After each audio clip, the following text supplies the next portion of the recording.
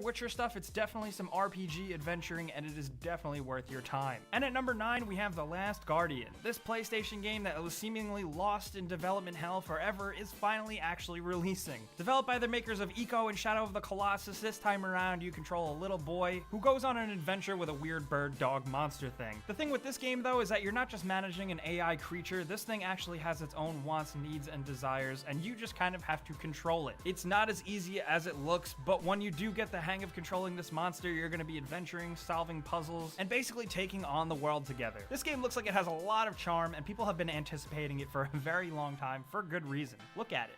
And at number 8, we have Mafia 3. Oh my god, Mafia 3. Look at this game. While some fans might be upset to see that it does actually really divulge from its original Italian Mafia roots, this time around it's the 60s, you play as Vietnam War vet Lincoln Clay, he's black, he's in the 60s, it's a very specific time period if you were black, and if you were a Vietnam veteran, and basically just if you were anybody in the 60s. So it looks like a very interesting game from a story perspective, but also from a gameplay perspective, because it seems like this time around they're just going hog wild. The Mafia games have always been grounded much more in reality, but this time around, the action looks like it's really amped up. Lincoln Clay just looks like a really cool character, and I can't wait to kill people. And at number 7, we have the 2016 Hitman game, titled simply Hitman. This Hitman game was subject to a lot of controversy because of its release model and how it was being doled out episodically, but I gotta say, once you get past all that, this is a damn good Hitman game. It kind of goes back to basics, but at the same time really develops things and fleshes things out even more than ever, and it just feels like the biggest Hitman game yet. While the episodic thing kind of fragments the story, and I think it suffers in that sense, playing this thing is a ton of fun, and there's a lot of replay value with playing missions over and over again,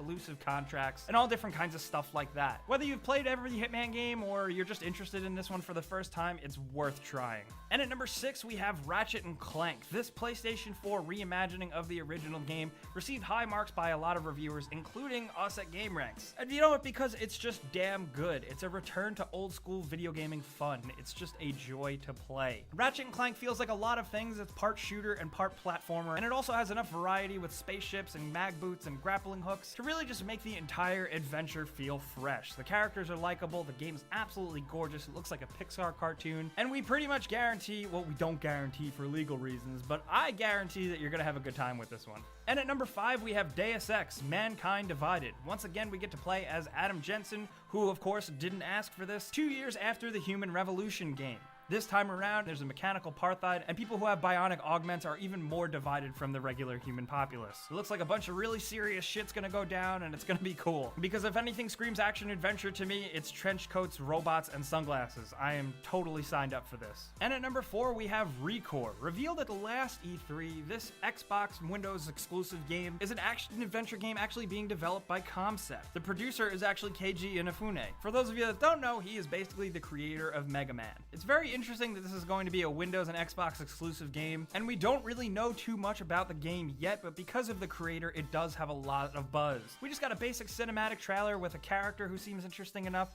and it looks like she has the ability to take different kind of essences from robots and move it around, and it seems like there's going to be a lot of interesting new gameplay elements in place here. You know, we really don't know for sure, but judging by the teaser trailer, we at GameRanks and a lot of people out there are hoping that this one's actually going to be pretty freaking cool. But time will tell. And at number 3, we have Dishonored 2, in a sequel to the awesome game developed by Arcane Studios. This is such a unique and somewhat old school feeling game that I'm very surprised that we got a sequel, but also not at all because so many people loved it. This time around, you get to choose who to play as, either the new female lead Emily Caldwin or good old Corvo. Everybody loves Corvo. There's a bunch of new abilities like Far Reach, it's kind of like an advanced version of Blink, Shadow Walk, which lets you kind of turn into a misty cloud, and besides those abilities, just a bunch of enhancements to the Dishonored formula. They're amping up the story even more with a bunch of famous actors as the voices, including Vincent D'Onofrio, Sam Rockwell, and Pedro Pascal. This time around, we actually get a look at a new place called Karnaca, which is considered the jewel of the South in the universe. If you haven't been paying attention to Dishonored 2, you probably should now. And at number 2, we have Crackdown 3. I don't know if you guys played the original Crackdown game, but it is one of the best games on Xbox 360.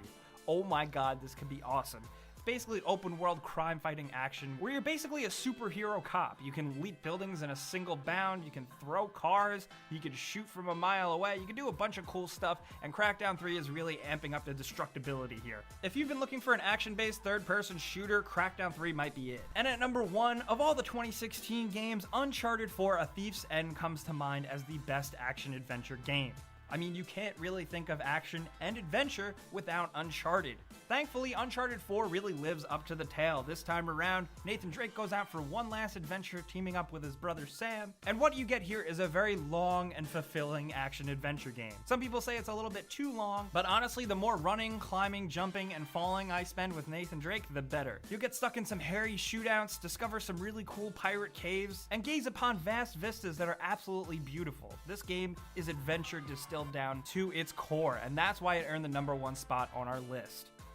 Guys, those are the action-adventure games worth caring about in 2016, but we also got some bonus games including Yakuza 6, Nioh, and Rise of the Tomb Raider releasing for PS4 and PC. Be sure to let us know in the comments what action-adventure games you're playing. It's kind of a broad category, so we want to hear from you guys down in the comments below. If you enjoyed this video, maybe learned about a new game, clicking the like button really helps us out, and we appreciate it so much. Subscribing is an even better idea though if you're new, because we put out videos like this every single day.